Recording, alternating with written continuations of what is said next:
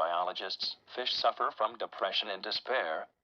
Biologists have discovered the desperation of some fish, allowing them to test some antidepressants, and neuroscience methods has published the results of their study.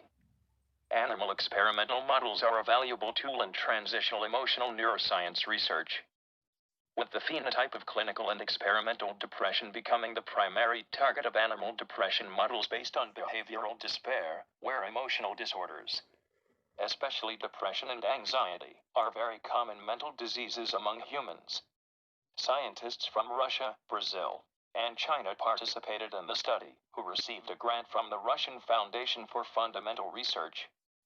The experiments were conducted on fish called zebradanio 4 centimeters long, usually kept by scientists in artificial water ponds.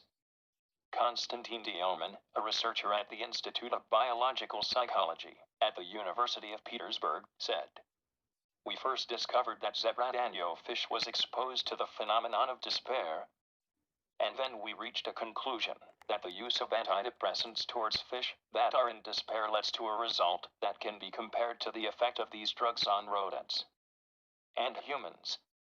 Scientists proved that depression is much older than they thought. A mechanism previously appeared 340 million years ago, knowing that despair is a symptom.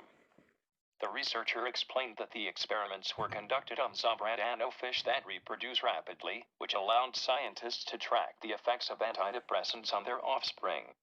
It is reported that depression is a serious brain disease that affects 10% of people, and often causes them to commit suicide in the event that inactive drugs are used. Source: Novosti.